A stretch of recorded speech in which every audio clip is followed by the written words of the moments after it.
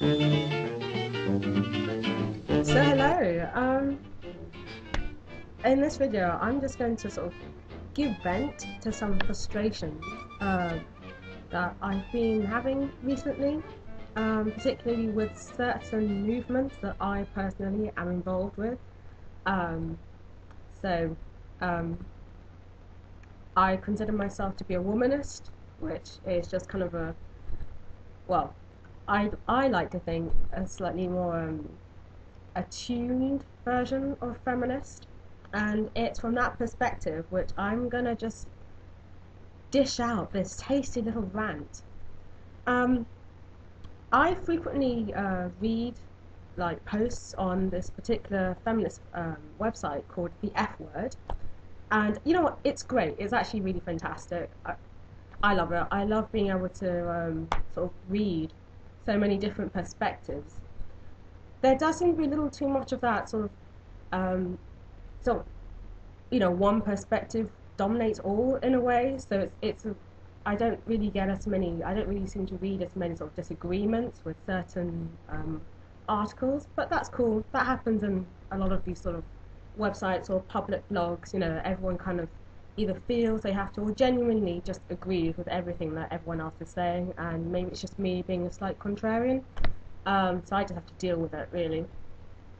But one particular article that really sort of inspired this rant was an article that someone wrote about the myth of a young woman called Sarkless Kitty, who died like in the mid or 1700s, and actually was then later accused of murdering several young men, despite the fact she was dead. But the reason for this was because technically she was a ghost, one of the sort of vengeful female spirits.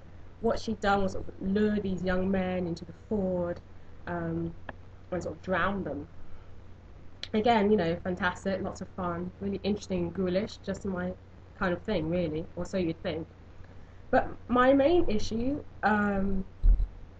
with the article was the fact that it seemed to indulge in what I think I've been seeing a lot in certain feminist or anti-racist dialogues, and that is what I like to call the double oppression. So, from a feminist or womanist perspective, you're keen on equal rights for women, equal opportunities for women, exploring the concept of gender, exploding it perhaps, showing what it might mean in certain arenas, how it might affect some of us, and that's great, that's all cool. The traditional narrative has always been that women have always been terribly, terribly oppressed, and yeah, they have been. But often, what I find with so much modern dialogue is that there is this double oppression. It's almost like it's not enough that women in the past were oppressed. We almost have to doubly oppress them by falling for the patriarchal narrative. So it's not enough that we say, oh, women in the past weren't allowed to vote, or they couldn't hold land, etc., etc. We then seem to also buy the myth that, well, maybe they really were all kind of silly, maybe most of them really kind of deserve not to get the vote. Maybe their eyes just weren't as open as ours are to the injustices of their society. So and that's what I consider to be sort of double oppression, and I see it in a lot of other dialogue as well, whether on LGBTQ issues or race issues, and it's kind of annoying. So going back to this particular article, my main problem with it is that the writer sort of is analysing the story from the perspective that it is another example of how women are punished for taking up unconventional sexual mores or exhibiting sexual behaviours that are contrary to how their society expects them to behave. And I found this quite interesting. I thought it was a very interesting take on what to me actually is a pretty clear sort of vengeance narrative. I don't think the one of the main ideas that the writer was sort of proposing was that, having her come back as this ghost, this vengeful spirit, was in some way like a double punishment for for her flouting the sexual conventions of the time. And that was really weird because I would have thought it's pretty clear that far from it, that story is just, it's yet another way of a woman trying to earn some kind of autonomy. I mean, there's that famous saying, any story or poem or, novel, anything that's been written and you see the name anonymous, it was probably written by a woman.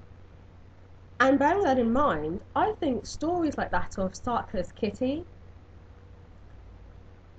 are more likely to be stories sort of made by women in the community, either her best friend maybe her sister, as a way of trying to get back at the society that they were in.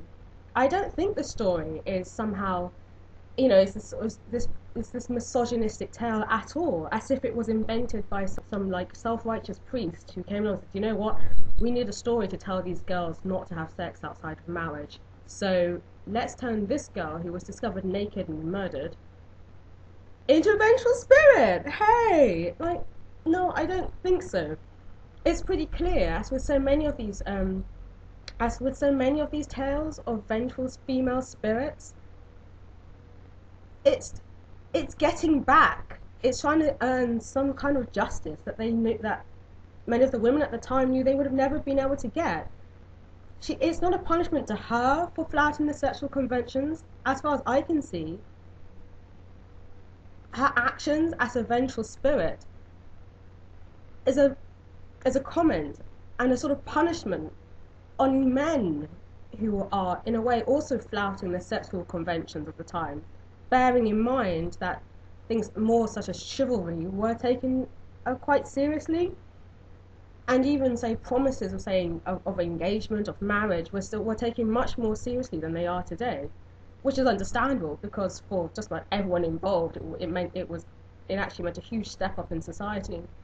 So I don't think that these stories are anything about are sort of examples of, say, misogyny punishing women for flouting sexual conventions.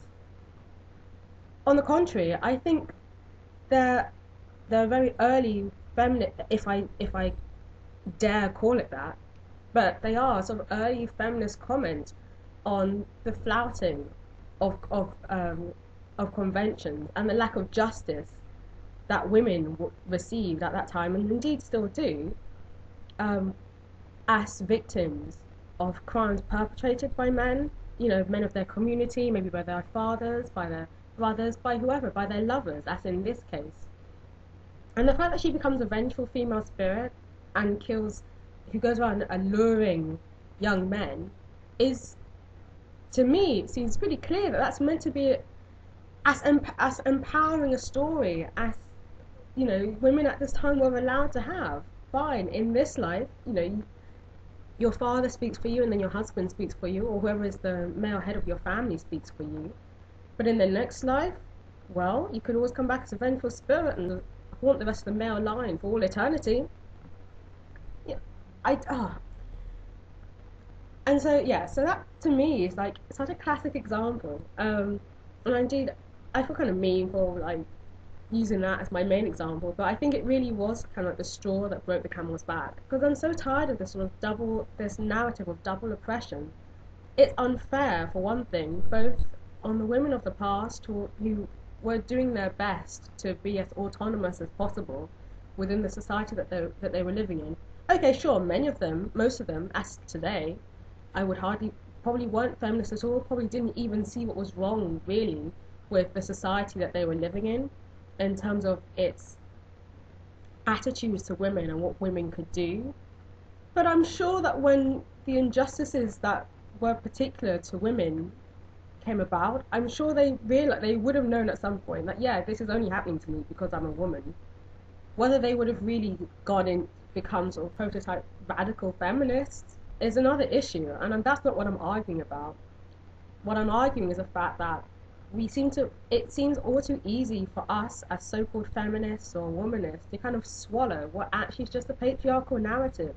I'm sure many of these women were aware of these sort of injustices. How you only have to listen to the way, say, women of like 2 or 3 generations ago talk about men and society in their more cynical moments to realize that, yeah, actually, all this stuff we're saying today is not new. Actually, it's like people like to talk about man-hating lesbian feminists, but trust me, having spoken to women of my grandmother's generation, my great-grandmother's generation, I can say that we've got nothing on those women. If you want a misandrist, don't look at the modern sort of feminist or womanist. Just take a look at your grandmother. So, in conclusion, enough with the double oppression. Stop, please.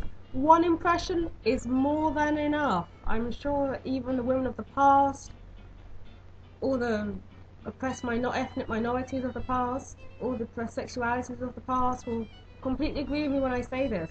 Seriously, enough. Let them speak for themselves. Please let them reclaim themselves. Please.